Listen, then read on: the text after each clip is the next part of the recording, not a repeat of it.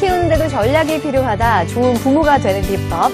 라이브 토크 부모 필살기 이지은입니다. 자, 화요일이에요. 벌써 6월입니다. 네. 맞습니다. 여름의 문턱에 들어섰어요. 네네. 날씨가 훅훅 들어오죠. 오늘 근데 약간 흐려. 그리고 비 올 것 같아요. 비가 살짝 온다는. 그런 소식이 있어요. 네. 여튼 뭐 저기 해서 다들 5월달에 카드값 다들 받았으니까 6월달에 활기차게 시작해야 됩니다. 예. 연휴 끝났어요. 이제 그렇죠? 정신 내야 돼요. 네, 알려야죠. 6월 새롭게 시작하는 마음으로 부모 네. 필살기도 함께 할게요. 먼저 댓글 창문 활짝 열어볼까요? 열려라 댓글 자! 네, 어서 들어오세요. 운동하면 부모 기다리고 있어요. 형이만님 하셨습니다. 네. 이 런닝머신 하면서 부모 보면 땀이 펄펄. 나다왕님, 오늘도 본방 사수하러 왔어요. 잘하셨습니다. 네. 자, 라이브 토크 부모 필살기 오늘 화요일로 함께 하는데요. 네. 오늘 오실 분은요, 대단합니다. 왜요? 무려 7년 2개월 동안 자전거로만 세계 일주를 한 분이라고 하거든요. 야, 보통 분이 아닐 것 같죠? 일단 상상이 안 이분 돼요. 다리통이 네. 한실할 거예요. 그리고 굉장히 좀 까마실 것 같은. 새까맣고. 건강해 보일 것 건강해 같은. 보여요. 네. 자, 오늘의 강사님 어떤 분인지 화면으로 만나보시죠.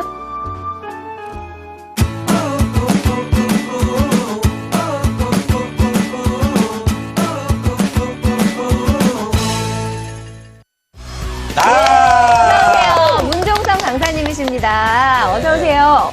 오, 우리 훈남 강사님 정말. 오셨는데요. 네. 훌륭하네요. 아니, 7년 2개월 동안이나 세계 일주를 하셨다고 했는데 네. 뵈니까 굉장히 젊으세요. 그리고 네. 7년 2개월 동안 자전거로 세계 일주를 했으면 좀 나이가 본인 나이보다는 좀 더 들어볼 거라고 생각을 했거든요. 원래 근데 햇빛을 많이 쬐면은 나이 좀 많이 노안이 들어요. 오잖아요. 네. 근데 동안이시네요. 그러네요. 그러니까요. 아니, 근데 저희가 부모 필살기인데 네. 부모님 같진 않아 보이셨어요. 그러게요? 오늘은 사실 그래서 제가 부모님의 입장이 아니라 자녀된 입장에서 나왔습니다. 필요하죠. 왜냐하면 그렇죠. 지금까지 계속 부모님에 대한 네. 입장이 됐는데 자녀들 입장에서 듣는 것도 너무 좋을 것 그럼요. 같아요. 그래요. 네. 아니, 근데 7년 2개월 동안이면은 대체 몇 개국을 다니신 거예요? 정확히 112개국 다녀왔습니다. 112개. 정나네요. 어마어마하다. 그럼 정확하게 어느 나라 수다맨 버전으로 할 수 있어요? 나이지리아, 과테말라, 이태리, 불가리아 갔다 왔어요. 이런 식으로. 지금 기현마님, 문종상 강사님 인물 참 훤하시네요. 남겨주셨어요. 아니 오늘 문종도 네. 강사님이 네. 오늘 라이브 토크 부모 최초로 예, 최초로. 정종철이보다 어린 강사님입니다. 이야, 그러고 싶지 않았는데, 그렇죠? 야. 예. 편하게 해라. 네. 그만큼 오늘 젊음이 통통 튀고 살아있는 경험담을 들려주신다고 네. 합니다. 그러면 강사님 오늘 어떤 필살기 전해주시려고 해요? 사실은 부모님들이 자녀들에 대해서 가장 관심을 많이 갖는 게 공부잖아요. 네. 근데 그 공부를 뛰어넘는 공부보다 더 넓은 공부에 대해서 한번 얘기를 나눠줄까 합니다. 공부보다 더 중요한 공부. 와, 공부보다 더 중요한 공부가 뭐가 있을까요? 왠지 우리가 알고 있는 이 공부는 아닐 것 같다는 생각이 그렇죠. 들어요. 이거는 이거는 아닐 것 아니죠? 같고. 무슨 공부일까? 네, 인생에 대한 깊은 얘기 나올 것 같은데요. 네. 자, 강사님의 강의 박수로 청해 듣겠습니다. 사실은 우리가 아이들의 어떤 인생의 성공의 척도로 삼는 것 중에 하나가 부모님들은 이제 공부라고 생각을 많이 하시잖아요. 네. 그래서 그 아이들의 어떤 그 미래 진로에 대한 부분에서 부모님들이 가장 신경 쓰는 게 성적이란 말이죠. 그렇죠, 아무래도. 제가 한번 질문 드려볼게요. 네. 이지혜 아나운서님, 네. 그 자녀가 네. 시험 성적을 받아왔는데 90점을 받아왔어요. 그러면 기분이 어떠실 것 같아요? 일단은 흐뭇하죠. 근데 뒤로 약간 아쉬움은 있죠. 이거 실수한 거 이거 안 틀렸으면 100점이야. 조금만 더 아이고. 잘했으면 100점인데. 예, 아, 욕심쟁이네. 난 90점 상상도 못해야. 그래야? 그럼. 아유, 90점이 어디요? 외식하러 가야죠. 사실 뭐 저나 정종철 씨 같은 경우는 90점 맞아도 되게 만족하고 기뻐하거든요. 네. 근데 많은 부모님들이 100점 맞을 수 있었는데 100점 맞아야 하는데 예. 100점 맞았으면 참 좋았을 걸. 자꾸 그렇지. 이제 자녀들에게 부담을 지워주고 네. 그 성적을 자꾸 아이들에게 기대치로 이렇게 제시하다 보니까 아이들이 주눅 들 때가 많거든요. 그러니까 저는 그 부모님한테 참 감사했던 게 부모님이 저한테 하셨던 말씀 중에 하나가 네. 현실 도피보다 더 비겁한 건 꿈으로부터의 도피다라는 얘기를 하셨어요. 멋있다, 부모님. 멋있는 말이에요. 네. 야, 그거 그래서- 잠깐 해석 좀 해봐야 돼. 아, 이거 어려운 말인데. 현실 현실 도피보다 도피보다 꿈으로부터의 도피가 더 비겁하다. 비겁하다. 예, 라는 얘기를 항상 살아오면서 이렇게 조언을 하셨거든요. 그래서 저희 부모님께서 저에게 이렇게 제시했던 게 종성아 너가 정말 최고가 되려면 열심히 노력해야겠지만 사람의 노력으로 나는 한계가 있을 때가 있다. 그렇다면 시선을 돌려서 최고보다 최초가 되는 것도 괜찮다. 야. 그래서 새로운 것을 도전할 때 있어서 항상 아버지와 어머니가 격려를 많이 해주셨어요. 아버지가 그렇게. 예. 예. 저 같은 경우는 믿지 못하겠지만 아직 기록에 남아있을 거예요. 5살 때 혼자 섬으로 여행을 갔습니다. 네? 혼자서 5살 때. 5살 때. 5살 때요? 한국 나이 5살 때요? 네네. 그것도 아버지 어머니가 이렇게 와. 추천하셔가지고. 추천은 아니고 아는 친척집 예, 아니고. 친척집을 혼자 찾아가는 걸 저 혼자 했었어요.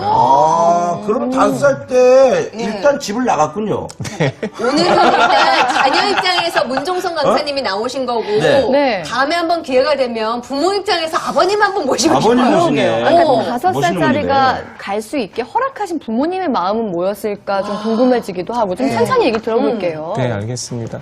그 사실은 그러니까 어머니나 아버지가 저한테 기대했던 거는 부딪히면서 배우라는 거죠. 직접적으로 경험으로 체득된 것이 진짜 지식이 되고 공부가 된다라는 생각을 가지고 계셨어요. 그래서 제 부모님께 지금도 감사한 건 뭐냐면 부모님이 강압적인 틀을 저한테 제시하지 않으셨어요. 이렇게 해야 된다. 내가 경험해봤는데 이게 옳다라고 하는 게 아니라 종성아 네가 생각하는 분야에 대해서 한번 도전해봐라. 그렇게 생각하는 대로 행해봐라. 그리고 나서 너가 깨닫는 것 너가 좀 관심 있는 부분에 대해서 한 번 더 시야를 넓혀봐라 라는 것들을 많이 제시해 주셨어요. 그것 때문에 제가 또 남들보다는 색다른 경험들을 많이 할 수 있는 계기가 됐었고요. 네. 사실 다들 이제 대학을 나오셨겠지만 저 같은 경우 그럼에도 불구하고 어쩔 수 없는 한국의 입시 제도 네. 때문에 공부를 또 열심히 할 수밖에 없는 상황이잖아요. 대학교에 들어가서도 열심히 공부를 했어요. 공부를 했는데 굉장히 제 로망이자 제가 닮고 싶은 선배님들이 계셨었어요.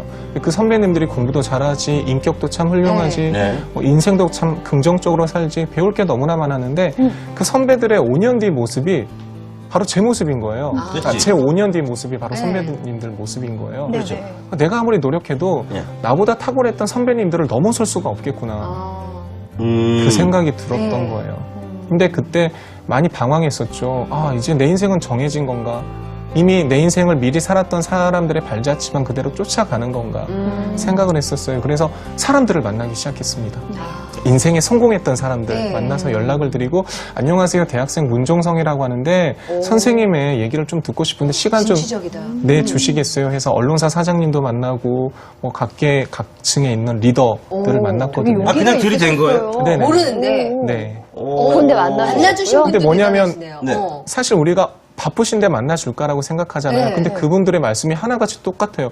나한테 이렇게 이메일을 써서 만나자고 한 요청이 없었다. 감히 그렇게 용기를 못 내는 건데 그렇게 용기를 그래서 내신 한번 거죠. 얼굴이나 보자. 네. 그래서 만나서 대화를 했던 거예요. 저희 대부분 또 위에 계신 분들이 네. 이 업무 시간에 별로 할 일이 없어요. 그래서 에이 그건 아니죠. 네, 그래서 이렇게 만나는 게 신선하게 다가올 수 그리고 있는 거야. 걸러서 들어오는데 다이렉트로 연락을 하시니까 그렇지. 신선하셨을 것 그렇죠. 같아요. 비서가 와가지고 누가 만나자고 네. 아니라 네. 직접 이 젊은 어린 어. 학생이 뭔가 이렇게 진심이 다가온다는 것 자체가 아, 굉장히 이분들도 도전이었을 어떻게 것 알았어? 같아요. 궁금하네. 네. 찾아서. 찾아서. 그러니까 이게 뭔가 뭔가 이렇게 다른 거예요. 부딪혀보는 어. 어렸을 때부터 부모님이 항상 이렇게 경험을 통해서 네. 뭔가 지식을 쌓게끔 이렇게 계속 가이드를 해주시니까 이렇게 그러니까요. 훌륭하게 네. 이렇게 성장할 수 있지 않았나 그러게요. 싶네요. 그러니까 그렇게 스스로 길을 만들어 가셨던 건데 그렇게 어떻게 성공한 사람들의 이야기를 들으니까 좀 많이 도움이 되셨나요? 사실 처음에는 도움이 된다고 생각을 했어요. 네. 그래서 나도 이렇게 살면 되겠구나 이런 마인드를 가지고 꿈을 찾아서 도전하면 되겠구나 했는데 결국은 그것들도 어떻게 보면 그분들이 살아온 방식대로 성공한 거잖아요. 네네. 그렇죠. 그분들의 생각과 그분들의 삶이 저랑 동일하진 않잖아요. 네. 그렇죠. 그러다 보니까 이분들이 했던 조언을 내 인생에서 온전하게 적용시키기에는 좀 무리가 되는 부분들이 있더라고요. 네. 그래서 고민이 또 됐어요. 네. 한계가 있구나. 사람들로부터 조언을 듣는 것.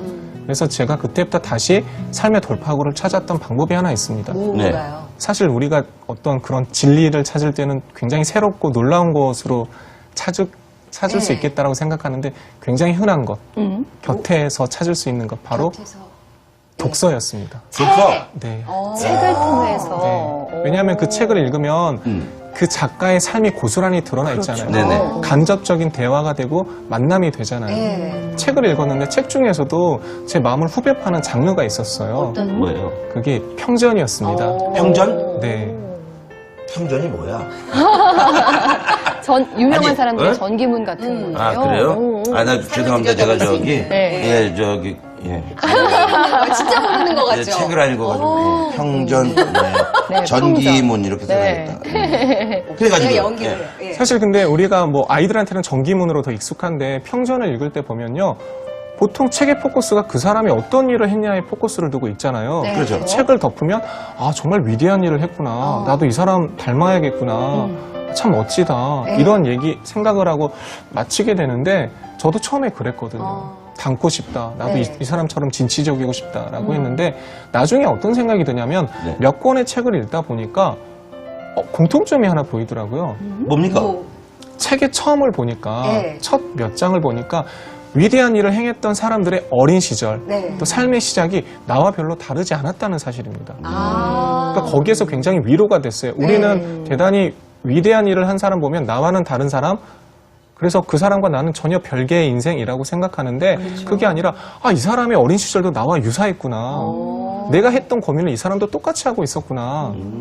근데 이 사람은 끊임없이 자신의 생각대로 밀고 나가서 결국 그 가치를 참 선하게 이뤄냈구나. 네네. 거기에 위로가 됐건 거예요. 그래서 책을 읽고 나서 제가 그렇다면 나도 이 사람들처럼 최초의 것에 한번 도전해 볼 수 있는 용기를 갖게 되었던 거죠. 그러니까 뭔가 대단한 일들에 감명받기보다는 어떻게 보면 좀 부족했던 것들에 네. 나와 좀 동일시를 느끼면서 그렇죠. 나도 할 수 있겠다라는 시작할 수 희망을 있는 얻으신 그 마음. 거군요. 네, 그랬던 거예요. 그래서 그럼 최초의 일을 시작하는 것도 찾는 것도 되게 힘들잖아요. 1년 동안 고민했죠. 네. 사실 저도 어떻게 하면 남들처럼 성공할 수 있을까? 네. 어떻게 하면 이렇게 뭐 뒤처지지 않고 이 경쟁 시대에 살아갈 수 있을까 했는데 책에서 얻은 교훈이 그거였어요. 당장 눈앞에 닥친 경쟁에 함몰되지 말고 네. 인생을 거시적으로 보면서 어떻게 좀 가치 있는 인생을 만들까, 의미 있는 꿈을 꿀까라는 생각에 해보니까 지금 내가 남들이 취업 때문에 바쁠 시기에 오히려 역으로 이 시간을 더 투자해야겠다라는 생각이 들었습니다. 그래서 7년 정도 네.